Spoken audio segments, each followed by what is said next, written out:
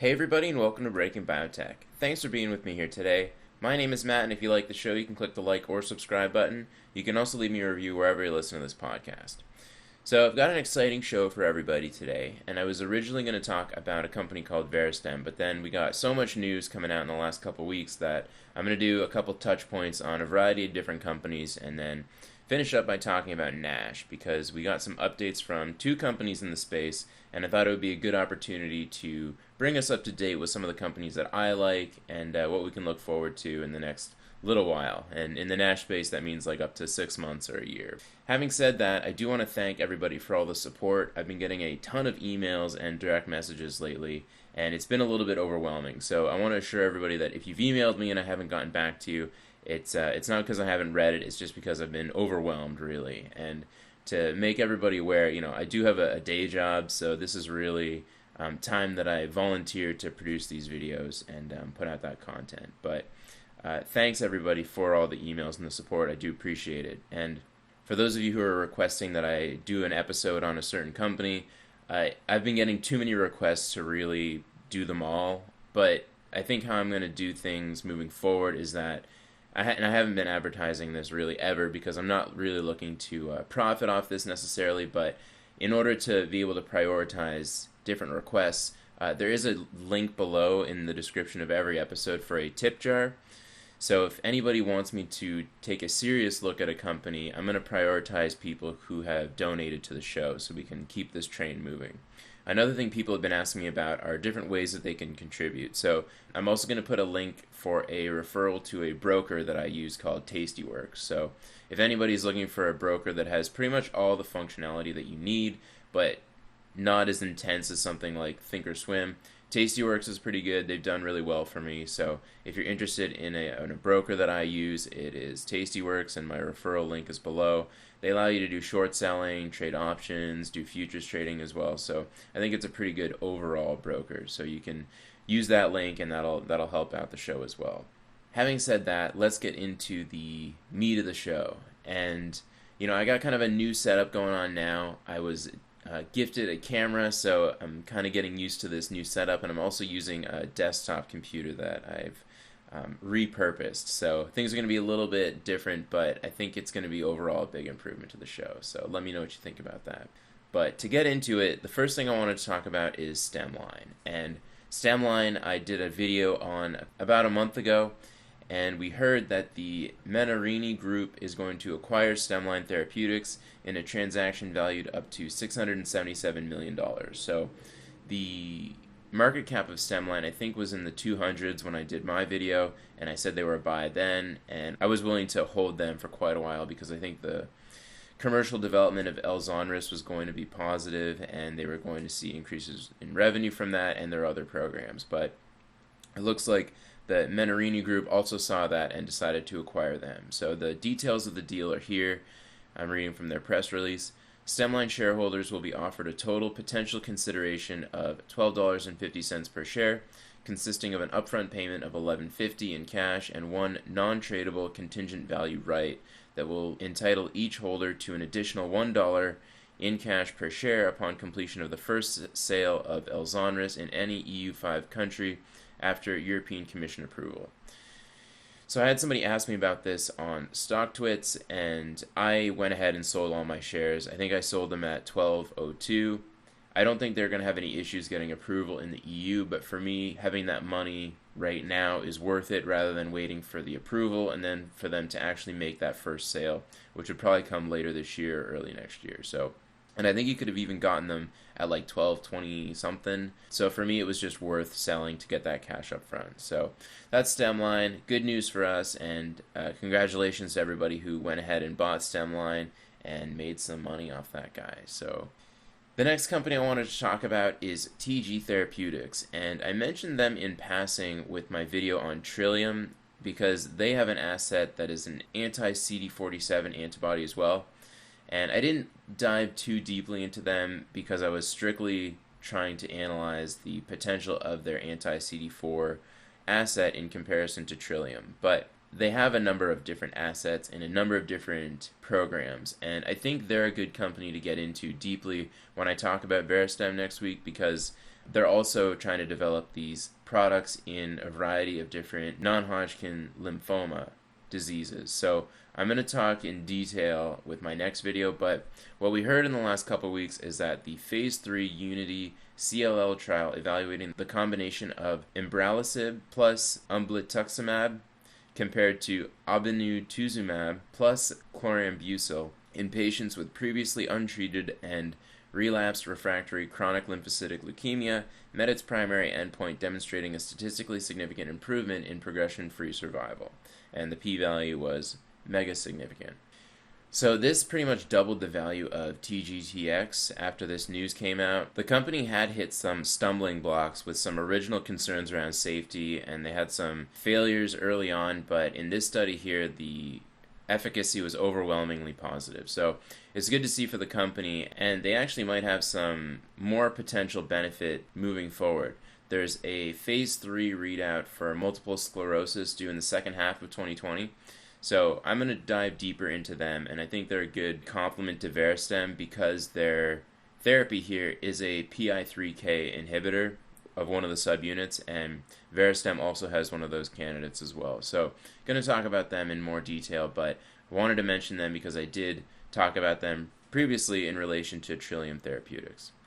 The next company I want to talk about is SAVA Sciences, and they now have a market cap of only $52 million, and the stock dropped, I think, around $7 or $8 on Friday on the news that the top-line results from a Phase 2b study of PTI-125 in Alzheimer's disease did not meet the primary endpoint.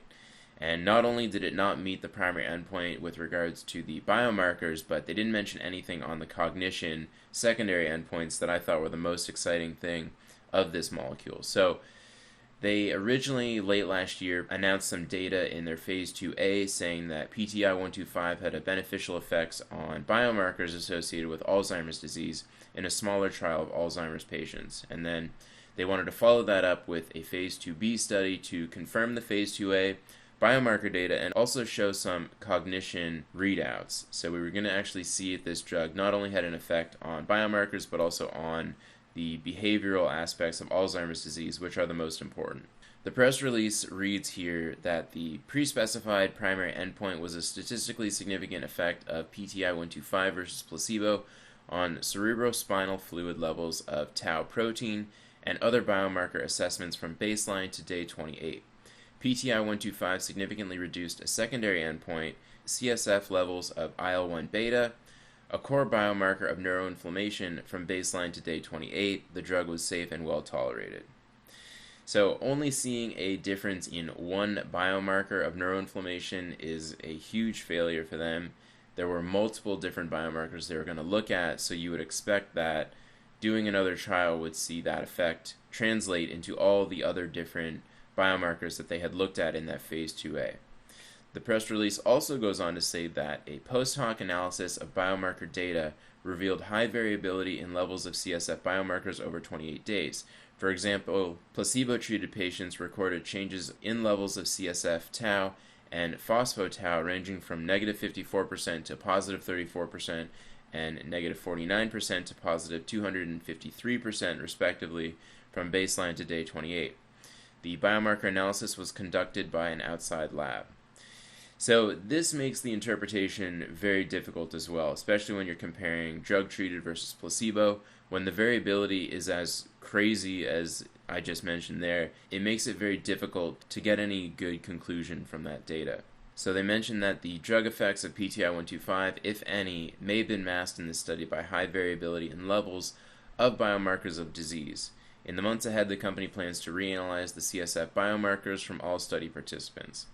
So because the variability is so crazy, we don't really know if the drug has an effect or not. It's so much easier to just kill a project if there is a clear non-effect of the drug, but because here there's so much variability, we don't really know what to do moving forward. Now, the company preemptively launched an open-label year-long study, which I think is a good move because really the 28-day thing I think is just way too short to see any profound effects of this drug. It clearly looks like the Phase 2a was kind of a fluke, but because they're doing this year-long open-label study, we'll get to see really if this drug has any kind of effect. Because like I mentioned in my SAVA video, most Alzheimer's trials go out to like a year or at least half a year before they can actually evaluate the effects and see a difference in cognition. So I think that's a good move by Cassava. I'm obviously down, I think, 50% on my position, but I only bought 50 shares or so, so it wasn't a huge deal for me that this wasn't a success. The company mentioned in their Q1 results that they have $25.6 million in cash and that they expect to use only $5 million in the full year 2020. So if we do a bit of calculation here, it looks like they're going to have enough cash probably until the end of 2021, but I assume before the end of that they're going to have to raise to some capacity. The results for this year-long open label study probably aren't going to come out until the middle of 2021, I would think. But they mentioned, and I have it quoted down here, that the study was 20% enrolled in March of 2020. So yeah, we have to kind of do some creative assumptions on how long it's going to take before we get those results. But I don't expect that a reanalysis of the CSF biomarkers in this phase 2b study are going to lead to anything beneficial. So as it stands, I'm probably going to sell the shares that I have, and then I'll look to reinvest maybe in early 2021 and kind of put this company on the back burner from there. But it's unfortunate for Alzheimer's patients. It would have been nice to see a real positive outlook here, but unfortunately it didn't work out. The next company I wanted to talk about, and this one we also got news of on May 15th, was Sorrento Therapeutics, ticker symbol SRNE, and they jumped, I think, 125% on Friday on the news that they developed a cure for COVID-19. And I love reading these headlines because they're so cinematic in their delivery and their prose. But as we know, the devil is in the details, and with this one, it's no different. The management seems very hyperbolic in their rhetoric, and I think that just fuels the journalists to really blow stories out of proportion to what they're really valued at. So the company's press release announced that STI-1499, a potent anti-SARS-CoV-2 antibody, demonstrates ability to completely inhibit in vitro virus infection in preclinical studies. They mention here that this antibody has demonstrated in preclinical experiments, and that these full results will be submitted to a peer-reviewed publication shortly, that there is 100% inhibition of SARS-CoV-2 virus infection in healthy cells after 4 days of incubation, and that there is specific binding to S1 subunit of the SARS-CoV-2 spike protein and complete blockade of its interaction with ACE2 receptor. So some things to note here is that this is a preclinical study, and it is done in vitro. So it's done in human cells, but it's done in a cell culture dish. They were able to show this blockade of virus infection with the treatment of STI-1499. The other thing is that this hasn't even been submitted to a peer-reviewed journal. Now, I have my reservations about using peer review as some kind of holy grail to show that science is real, but the fact that these guys haven't even gone to publish or submit their research to a peer-reviewed publication shows that this is just all hot air, and they are not worth this massive increase in market cap that they garnered in the last day.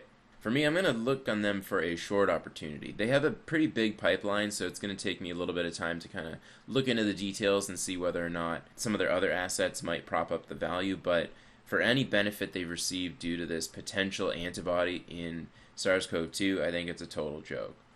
And just to show some other companies that have also developed antibodies in this area, Lilly and AbCellera have JS016, which is another neutralizing antibody. Regeneron and Sanofi are looking at a cocktail of antibodies to use to block viral infection. And then Biogen and VIR also have a couple of assets that they're looking at. But as people have mentioned, it looks like a cocktail of antibodies is probably going to be the best way to go because, as you can imagine, these viruses mutate quite a bit, and if a mutation in the epitope that's been targeted by neutralizing antibody changes, the virus is going to be able to escape any potential blocking activity that an antibody might have and still be able to cause an effect. So it looks like an antibody cocktail is the best way to go. So it's going to take some time to develop, but I wanted to bring this up because it was just such a funny thing to read about on Friday. But that's Sorrento Therapeutics right in my backyard down here in San Diego. Alright, the other stuff that we heard about is some updates and abstracts from ASCO 2020. So the abstracts were released earlier this week, and two notable companies that I wanted to talk about are Trillium Therapeutics and Marker Therapeutics. We also got an update from Allogene, but for the purposes of this video, I just want to talk about Trillium and Marker with regards to the ASCO abstracts. And we've still yet to see the posters, so let's keep in mind that there's going to probably be more data. We're going to see a little bit more insight once we see the actual poster. And those are going to be released on May 29th to the 30th, I believe, of May. So with Trillium, the nuggets that I pulled from this, and they have a market cap right now, 480 million. They dipped a little bit on this news, but I think it wasn't really merited. The poster here read, preliminary biomarker data revealed approximately 60% receptor occupancy at the end of the first infusion of 2 milligrams per kilogram and more sustained 24-hour receptor occupancy at 1 and 2 milligrams per kilogram versus the doses that were equal or less than 0.8 milligrams per kilogram. To date, one patient with stage 4 non-GCB DLBCL with 5 prior therapies initially achieved a partial response by week 8 and complete response by week 36, with response ongoing. So this is an update to Trillium's 622 product and not their 661 product. And the differences are in the human antibody FC region that they used for this. For me, this is just very preliminary data that doesn't really give us a ton of stuff here. The important thing that I think to take away here is that with their 2 milligram per kilogram dose, they achieved only 60% receptor occupancy. And what that means to me is that they can still go higher with the dose, and they're likely to see a greater efficacy because the receptor occupancy of this antibody is what really leads to that efficacy in these different lymphoma cancers. So that's number one, that's a good thing, because I think the side effects also at this dose are relatively mild. So there's more room for them to go up in dose to get that greater efficacy, which will only be a benefit to the company. They also mentioned that there is a partial response that led to a complete response, so that's a good thing. They're still the only company with an anti-CD4 antibody that has seen a complete response in a monotherapy. So that's a good thing. I think the dip in the stock, it's more noise than anything, so for me, I don't think this is anything to be concerned about, and we're still going to look forward to the updates that they're going to show in mid-2020. Moving on. Let's talk about Marker Therapeutics, and I haven't touched on them for a while because they ran into some issues with their suppliers of different material when it came to their T-cell therapy. So they originally did an update on pancreatic cancer in the middle of last year, and their market cap has since gone down to 107 million. And what they mention here in their poster is that of the 13 patients treated with their T-cell therapy as well as with a traditional drug, 8 maintained cancer control for longer than expected compared to historical controls, so that doesn't really mean much. They only were able to do a single-arm trial, and this drug was also treated in concordance with another drug as well. So for us to really isolate the effects of just their T-cell therapy is kind of difficult.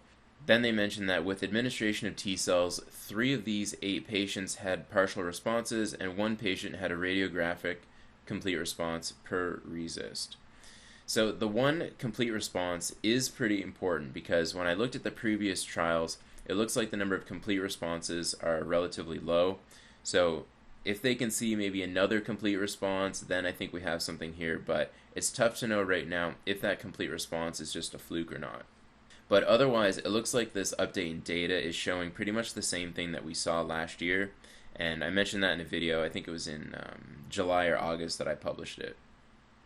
But where we're at with Marker right now is they have to provide some safety information to the FDA, but because of the COVID stuff, they've been running into some issues, and the one supplier they were going to use is no longer open during this COVID crisis, so for them it's going to be difficult to reach the timelines that they had set out from the outset. They mentioned in their latest earnings report that they have cash and cash equivalents of $40.3 million, and they believe that this amount of cash will fund its operating expenses and CapEx requirements into the second quarter of 2021. Now, I think given the COVID situation and the issues with their suppliers, they are likely going to have to raise money before we see any data, and for that reason, I'm thinking of just selling all of my stock, and I only have like 30 shares or so, but I think for them it's only going to be downside until we can see more data on the safety, and then maybe it's worth picking them up again. But unfortunately for them, with the whole situation going on right now, it's going to be difficult. So that's ASCO 2020. I did want to mention also, I put a chart here from the Trillium corporate presentation just to show that the monotherapies of anti-CD47 antibodies are not really that good usually. I'm seeing here the 47 antibody has a 5% overall response rate in solid tumors and lymphomas, and a 10% overall response rate in AML and MDS. The ALX oncology anti-CD47 had a 0% overall response rate in solid tumors, and then some others were just discontinued due to lack of efficacy. So the fact that we're seeing a complete response, I think, is a good thing, and just note that this is interim data and that they're still trying to find that maximum tolerated dose, and that's likely what's going to be used in future trials. So just wanted to make a note of that before we move on. But that's Trillium, and that is MRKR. Alright, so let's talk about NASH. And to give a bit of a background on NASH, the abbreviation stands for non-alcoholic steatohepatitis. And doctors have really noticed NASH as a point at which you can treat liver disease before it ends up becoming liver cirrhosis, where the outcome there is the requirement for a liver transplant. So the progression of liver disease, as it's called, kind of goes from NAFLD, which is just fatty liver disease, so seemingly you have a bad diet and a lot of that fat that you've intaken goes to your liver cells, and then you start to see liver cells that start to have these droplets of fat in them. That's how it looks histologically. And what happens from there is that the fatty liver cells then end up fibrotic.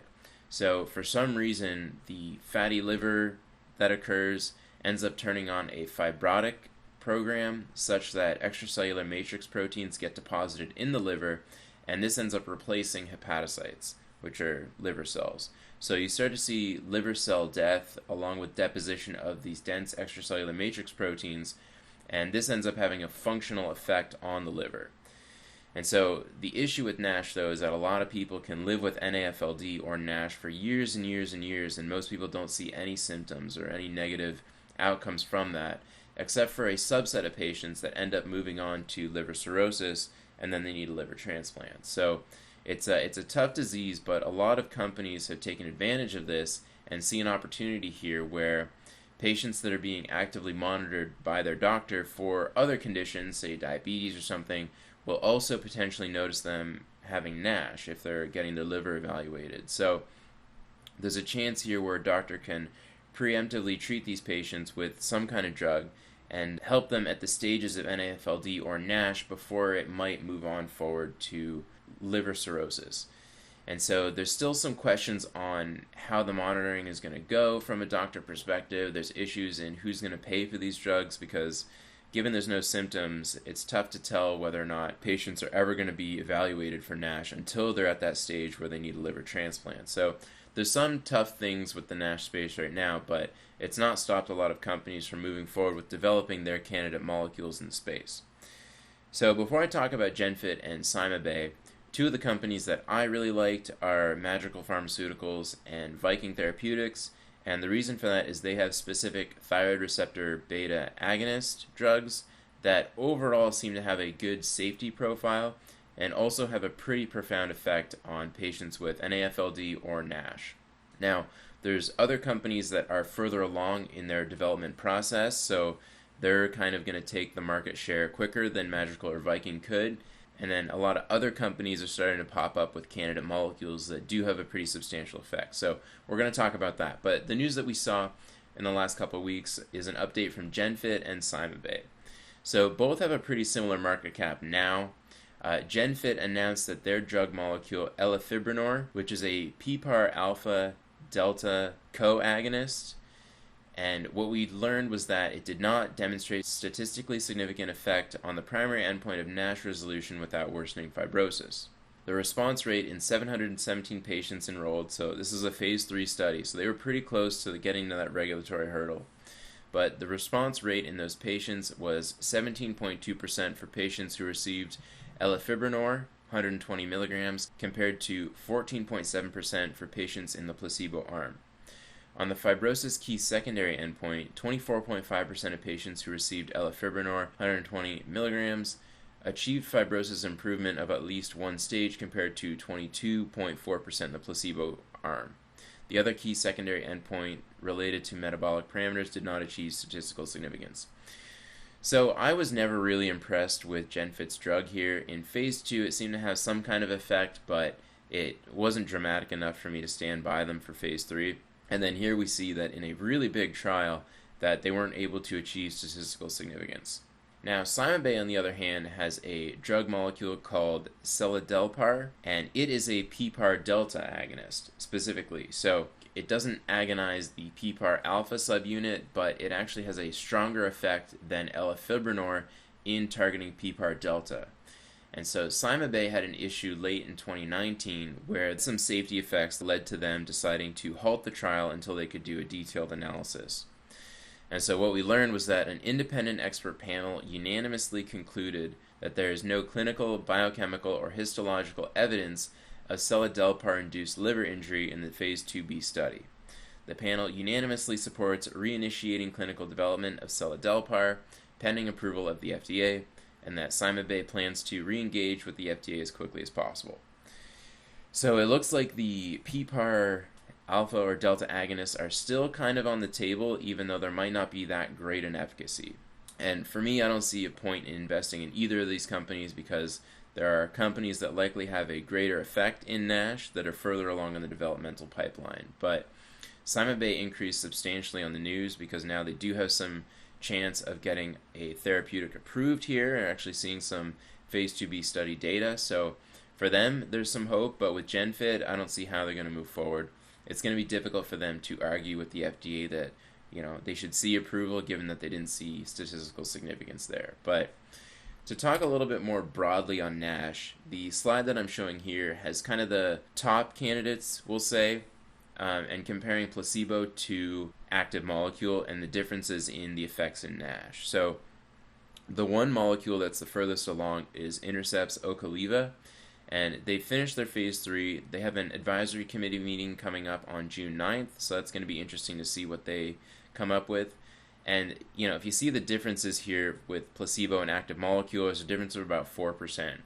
So is that really enough to get insurers to pay for it? I'm not really sure, but the drug has been approved for primary biliary cholangitis already, so it's been out there for a while, and they're hoping to repurpose that drug in NASH. So we'll see how that goes. I'm going to be keeping an eye out on that. Some other companies, Galmed is one I haven't really looked at, but GenFit here, you can see the differences between placebo and active in their phase 2, 12% in the placebo compared to 19 in the active, which isn't that great. And then the company that I like a lot is Madrigal with their resmetirom drug, and in phase 2 they saw pretty substantial improvement in those that were taking the NASH drug, 24.7% compared to 6.5%, and they're moving forward in their phase 3. Now, a study that we saw that actually came out pretty recently was Novo Nordisk's semaglutide, which is a GLP-1 agonist, and it only has to be given as a shot once weekly, and they saw a huge improvement in NASH resolution without worsening fibrosis. We saw here that the active drug got a 58.9% response as compared to 17.2% in the placebo. So a massive response here in semaglutide. And now, of course, Novo Nordisk is a huge company. They have a ton of diabetes assets. So for me, I don't know if it's worth investing in them at this point, but they definitely have a pretty profound molecule here. And then the last one here is a pioglitazone molecule from Poxel. And pioglitazone is a kind of a controversial drug, I suppose. There's a ton of side effects associated with it, but they're trying to repurpose a related molecule to pioglitazone that might just target a certain subunit and not have the negative effects associated with PPAR gamma agonism, which leads to things like weight gain and water retention that are pretty deleterious. But I have the market caps listed down here. So Intercept has one of the most generous market caps, given that they have the highest likelihood of getting to market at $2.8 billion. That's followed by Madrigal at $1.8 billion, and that's because they have a pretty profound effect here compared to Intercept, even though they're still in the middle of doing their phase 3 trials. So Novo Nordisk, because of all their other assets that have been commercialized for a while, have a market cap of 150 billion. So for me, it's going to be tough to see an investment in them for that reason. And then Viking, which is the other company that I like, is $500 million market cap, and we'll talk about them in the next slide. I stole this image from Twitter. It is a graph from Evercore ISI that shows the wild variety of NASH candidates that are out there, and it's kind of a scatter graph that shows the differences in the target and then how close they are to actually getting their drug approved. So we see here that Ocaliva from Intercept is the closest one, followed by elafibranor, but because of that failure, they're definitely kicked out. And then followed by that is Madrigal with MGL 1396 or resmetirom, and they're pretty close because they're in the middle of phase 3 right now. And then we see all of these other candidates, and whether one is better than the other, I still like Viking, but for me, semaglutide is probably going to develop theirs quicker, and I don't know if Viking's going to be able to catch up and achieve much of a dominant place in the market. Okay, so in terms of what we can look forward to in the next little while, because there's so many different companies in NASH right now, I've kind of just focused on a couple of them, which is Viking and Madrigal. So the graph that I'm showing here is a chart from SVP Leerink, and there's some interesting stats that they put here. They put that there's going to be an estimated revenue of $15 to $40 billion by 2030. So they're convinced, and a lot of people are convinced, that this is actually going to be a pretty big space, and that there is going to be a way that payers will pay for it, and that doctors are going to be able to diagnose for NASH and things like that. But currently there's 80 clinical trials with 48 unique modes of action across clinical studies. There's 55 companies with a drug in development for NASH, and it's estimated that there's going to be 27 million people that have NASH in the United States by 2030. So, it's still a risk, but there's a chance that this could actually be a pretty big home run. So, the way I've decided to play it, I took positions in Madrigal and Viking a long time ago, and I made some money on Madrigal, not so much in Viking, and the reason for that is Viking's gone very slow in their development process. As of Q1 of 2020, Viking had $270 million in cash, and they burn around $10 million per quarter. They're still in the middle of enrollment of their phase 2B trial in biopsy-confirmed NASH, so their lead candidate has only been tested in NAFLD, and for them, they really need to see an effect in biopsy-confirmed NASH in order to move forward in phase 3. So they expect to finish enrollment in this phase 2B in the first half of 2021, so still going to take, quite a while before we see any good data, and the primary outcome is 12-week liver fat data. So for me, I'm not really sure if we're going to see an interim readout maybe at the end of this year or not, so I'm going to hold on reluctantly because they've been known to take a really long time in getting their candidate forward, but that's kind of where we're at with Viking. It seems like they're not going to have to raise money in a while, but if they do ever get to phase 3, I definitely see them needing to raise, so I'm probably going to try to get out as soon as we see a readout of this phase 2B trial in NASH. Madrigal, on the other hand, is doing 2 phase 3 trials, one in NAFLD and one in NASH. And they have $408 million in cash as of Q1 in 2020, and they burn around $40 million a quarter. So their run rate is a little higher than Viking, and they're expected to provide readouts at the end of 2021. So Madrigal is much further along. They have been known to actually deliver a little bit quicker, but obviously with data at the end of 2021, it's going to be a long haul. And I did make some money on Madrigal early on, I think in 2018, but since then I've held on to a handful of shares, and my average cost basis I think is like 123 per share. So it's going to be a long road ahead. The NASH space as a whole has seen a big flood of money, and I think that's just because the whole biotech space has been moving up quite a bit. And there's been a little bit more excitement around the NASH space surrounding this Intercept Advisory Committee as well as that semaglutide positive readout that we saw. So, depending on how things go with the Advisory Committee, it could be a catalyst to see some increases in Viking and Madrigal, but, because the data readout from both of these companies is going to be quite a while from now, I assume there's going to be a lot of volatility in the stock. So, I'm going to hold on and take the news as it comes. But that's the NASH space as a whole. The next things we want to look forward to is the posters from ASCO that are going to be released on May 29th to the 31st, and we're probably going to see some updates from MRKR, Trillium, as well as Allergene, like I mentioned. The other things to look out for are more COVID headlines. A lot of states have now opened up, and I assume we're probably going to see some increases in flare-ups or clusters that have developed, but given there's been such a profound effect on the economy, I have a tough time believing that the citizens are going to just accept another lockdown. Now, what that's going to look like is kind of just chaos, because we're going to see these wild protests and things like that, but I think keeping an eye on the headlines for either that or any kind of positive movement in a vaccine or treatment could also move the market quite a bit. But the biotech sector has seen quite a positive boom from the last little while. And to do a quick portfolio wrap up, the only moves I made in the last 2 weeks was that I sold Stemline at $12.02.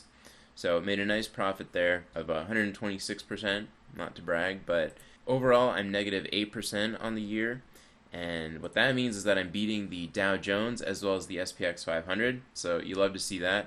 I am still lagging the NASDAQ, the IBB, as well as the XBI, but the IBB and the XBI have had a crazy run, which has been pretty wild to watch, because small caps in general have been hit pretty hard. But with that, I'm going to wrap it up. I want to thank everybody for their attention. I want to thank everybody for the support and the emails. And send me an email at matthewlepard@gmail.com. You can also follow me on Twitter at matthewlepard, where I do kind of my notices of when I make trades. But with that, thanks again, everybody, and we'll see you next time.